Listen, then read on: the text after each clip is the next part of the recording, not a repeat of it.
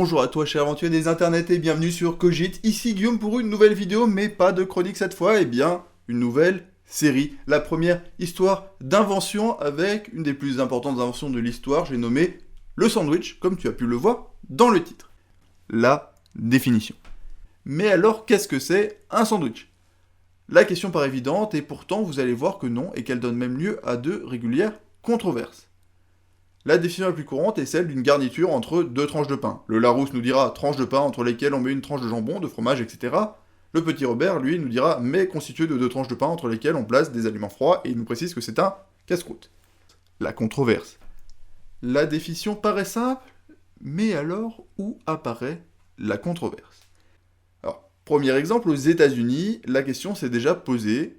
Qu'est-ce qu'un sandwich? Selon la revue de loi du Minnesota publiée en 2019 et nommée Construct the Sandwich, c'est-à-dire construire le sandwich pour les moins anglophones d'entre nous, eh bien on s'intéresse de façon très sérieuse à la définition du sandwich avec en élément central la question est-ce qu'un burrito est un sandwich? C'est une question qui peut paraître sans intérêt mais qui à la fois peut avoir dans certains cas un intérêt important, par exemple pour les bails commerciaux ou des clauses restrictives ou au contraire d'exclusivité. Comme dans le cadre de la plainte des restaurants Panera à l'encontre de White City, parce que Panera ils voulaient être les seuls sandwicherie dans un centre commercial, et il y a eu un vendeur de burritos qui s'est installé à côté, et ils ont voulu faire un procès, parce qu'ils voulaient être les seuls à vendre des sandwichs. Bref, ils arrivent, dans ce cas, à la conclusion qu'un consensus est difficile à obtenir sur la définition de sandwich, et que les juristes arrivent à la définition suivante. Un sandwich doit être composé de petit 1, une tranche de pain garnie de garniture, on est d'accord. Ou petit 2, au moins 2 tranches de pain séparées avec garniture entre les deux morceaux. Ça semble être la même chose, mais c'est les juristes qui l'ont précisé. Petit 3, les morceaux de pain simples ou multiples ne peuvent pas être roulés ensemble comme un burrito, un wrap ou un tacos. Et numéro 4, la garniture ne peut pas être placée à l'intérieur de la poche de pain comme dans une pita. Dans ce cas, les burritos, les hot dogs, les wraps et les tacos ne sont pas qualifiés de sandwich. Mais un sandwich ouvert, un sandwich fermé ou un hamburger serait qualifié de sandwich. Alors on pourrait se dire qu'il n'y a que les Américains pour se poser de telles questions. Eh bien c'est faux. En Irlande aussi, on s'interroge sur ce qu'est un sandwich. Et il faut savoir qu'en Irlande, les sandwichs chauds sont considérés comme des produits de base bénéficiant normalement d'une exemption de taxes avec une TVA à 0%, comme pour les thés et café chaud. Et pourtant, la Cour suprême, à la suite d'une procédure à l'encontre de Subway, ce qu'on appelle habituellement une sandwicherie, a conclu fin décembre 2020 que les pains de sandwich Subway n'étaient pas du pain, parce que trop sucré. En fait, il y a 10% de sucre dans un pain Subway contre 2% maximum pour le pain habituellement. Alors, selon la définition, le pain paraît quand même globalement central dans la définition d'un sandwich, alors Subway ne vend pas de sandwich. Et ne vendant pas de sandwich parce que ne vendant pas de pain, Subway est redevable d'une TVA. Bref, la définition du sandwich est plus complexe qu'il y paraît, surtout quand ça va impliquer des grosses sommes d'argent. Mais passons désormais à l'histoire. Et commençons par l'histoire connue. Alors le sandwich en tant que plat tient son nom de John Montagu, 4e comte de Sandwich. C'est le nom qui est issu d'une ville et d'un port dans le Kent, et qui vient du vieil anglais sandwichae, qui signifie port sur le sable. C'est pas très intéressant, mais je le précise quand même. Alors, d'après le récit de voyage de son contemporain français, Pierre-Jean Grolet, intitulé Tour to London, ou simplement Londres dans sa version française, un jour, aux alentours de 1762, dans un club de gentlemen, John Montagu était un grand joueur lancé dans une de ses grandes parties de cartes interminables. Un serveur lui apporta 2 tranches de pain garnies de viande froide.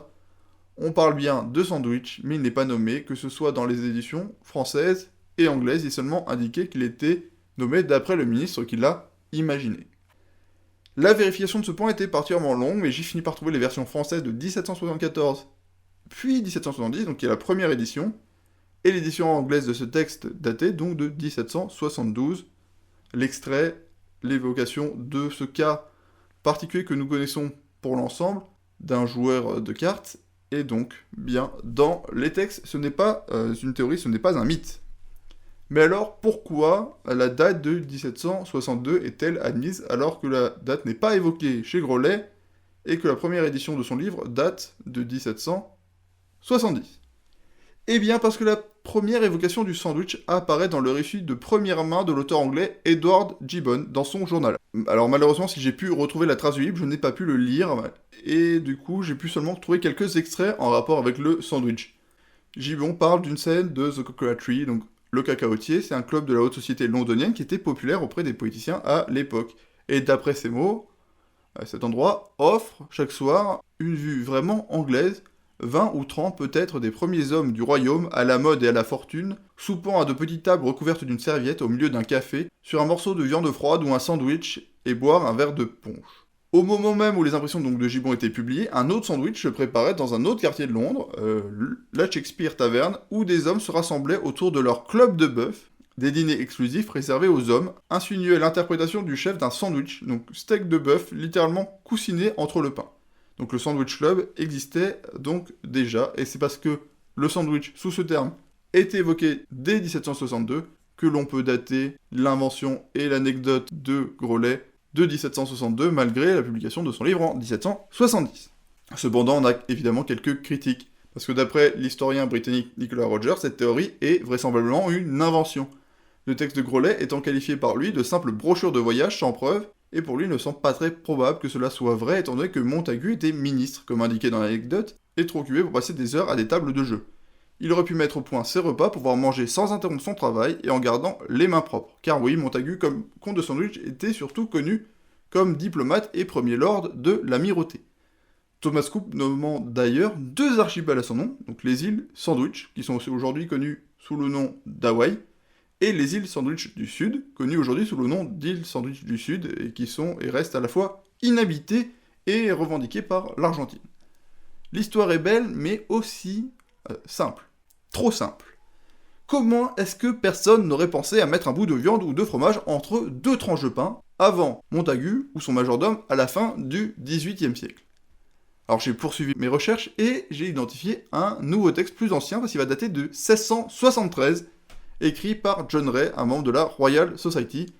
Texte qui s'appelle Observation Topographical, Moral and Psychological Made in a Journey Through Part of the Low Country, Germany, Italy and France. Ce qui se traduit par observation topographique, morale et psychologique, faite pendant un voyage à travers une partie des Pays-Bas, de l'Allemagne, de l'Italie et de la France.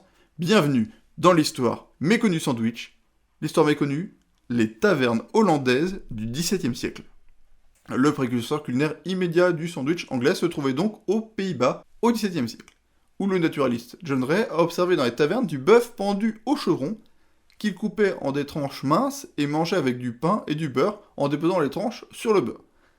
Les spécifications explicatives révèlent que le bellettre broodje, donc c'est le sandwich en hollandais a priori, ou sandwich au roast beef, sandwich à face ouverte n'était pas encore familière en Angleterre. Mais je me suis dit qu'on pouvait aller sans doute encore plus loin, et c'est donc ce que j'ai fait. L'histoire méconnue, Hillel Hazakem ou Hillel le Sage, 2e siècle avant Jésus-Christ.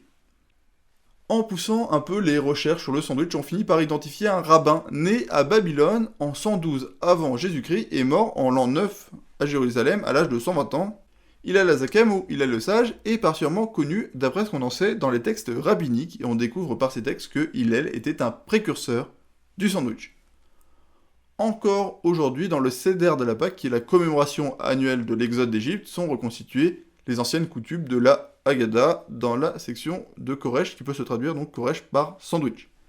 Les participants sont invités à placer des herbes amères entre 2 morceaux de matzo, du pain sans levain ou pain azim, et à les manger après avoir dit en hébreu « Ceci est un souvenir de Hillel à l'époque du temple, c'est ce que Hillel a fait lorsque le temple existait, il a enveloppé l'agneau pascal, la matzo et les herbes amères pour les manger comme un seul, en accomplissant le verset « Avec matzo et maror, ils le mangeront », donc c'est le psaume 9-11 du Haggadah. Ce sandwich se réfère apparemment au matzo mou traditionnel et pas au pain azim croustillant qu'on connaît aujourd'hui, ce qui le rapproche beaucoup du shawarma, mais comme la viande et les herbes sont placées entre 2 tranches de pain et ne sont pas glissées dedans, la définition de sandwich tient toujours. Je n'ai malheureusement pas pu trouver les textes originaux ici parce que je ne parle et je ne lis pas l'hébreu. Alors on est passé de la fin du XVIIIe siècle à la fin du XVIIe siècle. Et nous sommes maintenant remontés au IIe siècle avant notre ère, Mais alors, est-ce qu'on peut pas aller encore plus loin? Est-ce qu'on peut pas être fou et qu'on peut pas encore chercher plus loin l'origine du sandwich? Eh bien, c'est ce que mes recherches ont cherché à découvrir, puis à redécouvrir, parce que j'ai perdu le document. J'ai pu retrouver la trace du sandwich à une époque encore antérieure. L'histoire méconnue, les armées hittites, 1750-1200 avant Jésus-Christ.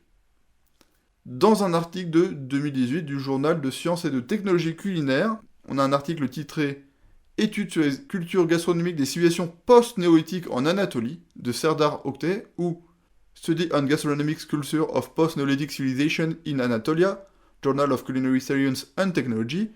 On découvre que lors de cette étude, la traduction de textes incluant la période hittite, il est raconté que du foie dans du pain chaud était distribué aux personnes présentes à la cérémonie organisée pour le dieu hittite Arinitu, et que ce plat est assimilable au sandwich moderne. Dans un autre texte, on avait évoqué les shish kebabs et le fait que la viande était coupée en petits morceaux farinés et frits. En fait, les Hittites du 2e millénaire avaient une cuisine très proche de la nôtre sur certains points, et relativement moderne. Et le sandwich faisait partie de leur culture, et même de leur culte, parce que je rappelle que le sandwich au foie était consommé pour des cérémonies religieuses organisées pour le dieu hittite Arinitu. Donc on est parti de l'histoire relativement connue du conte de sandwich qui jouait aux cartes à la fin du XVIIIe siècle, donc en 1762 a priori, et on a réussi à remonter jusqu'environ 1750 avant Jésus-Christ. C'est-à-dire, on a trouvé des traces de sandwich 3500 ans plus tôt que l'histoire habituelle. Et si jamais vous trouvez des traces encore plus anciennes du sandwich, n'hésitez pas à me le dire, évidemment. Bref, je pense que tu sais tout pour cette véritable histoire du sandwich. Alors évidemment, n'hésite pas à partager, à t'abonner, liker, mais surtout, à te faire un bon gros sandwich à la première occasion. Merci à toi pour ton soutien, à bientôt, salut!